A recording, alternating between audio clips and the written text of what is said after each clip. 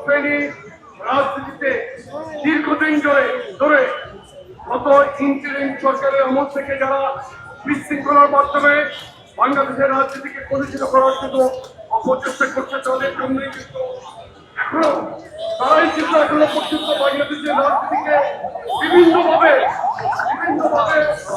তারা রাজনৈতিক পরিবেশকে ঘোলাটে করার চেষ্টা করছে। নতুন একটি রাজনৈতিক দলের এক অর্বাচীন বালকের নিয়ে আচরণ করছেন একজন রাজনৈতিক নেতা।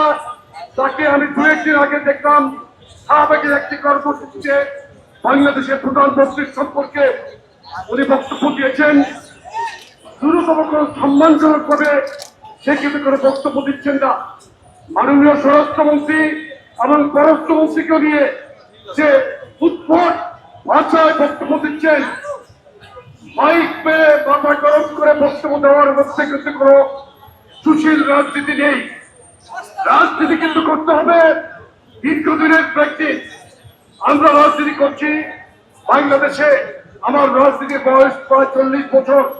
আমরা কোনদিন রাজনীতির মাঠে কোনদিন অরাজনৈতিক বক্তব্য দিয়ে অন্য দলের কোন রাজনৈতিক নেতা সম্পর্কে উচ্ছৃঙ্খল কিংবা বেয়াদবি কোনো কথা বলে কিন্তু আমরা রাজনীতি মাঠ গ্রহণ করার জন্য চেষ্টা করি না। পার্লামেন্টে আমাদের একজন সম্মানিত সাংসদ উনি একটি খোলামেলা কথা বলেছেন। ওখানে উনি কিন্তু সরাসরি হিজাবের বিরুদ্ধে কোনো বক্তব্য দেয় নাই। আমি ওনার বক্তব্য শুনেছি। ওনার বক্তব্যকে অপপ্রচার এবং মিথ্যা খণ্ডিত মিথ্যাচার করে বলছে যে হিজাবের বিরুদ্ধে বলেছে। উনি কোন জায়গায় কিন্তু উনি হিজাবের প্রসঙ্গ আনেন নাই। উনি কি বলেছেন আপনাদের কাছে কিন্তু ডকুমেন্ট আছে, ভিডিও ডকুমেন্ট আছে, সংসদে আছে। আপনারা দেখেন ওনার বক্তব্যকে মাঠে এনে সারা বাংলাদেশের জেলা পর্যায়ে তারা তাদের ছাত্র সংগঠনকে দিয়ে উস্কানিমূলক বিভিন্ন কর্মসূচি তারা পালন করলো। দেখেন আমরা কিন্তু আপনাদের কাছে খণ্ড করার জন্য আজকে উপস্থিত হয়েছি।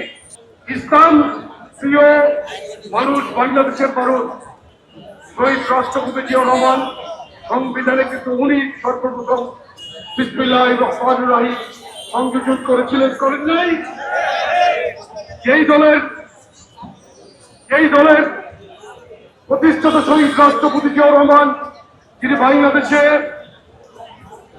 সংবিধানে বিসমিল্লাহির রহমানির রহিম সংযোজন করেছিলেন, সেই দলের কোন নেতা ইসলাম বিরোধী কোনো কাজ করতে পারে না, এটা আমি বিশ্বাস করি।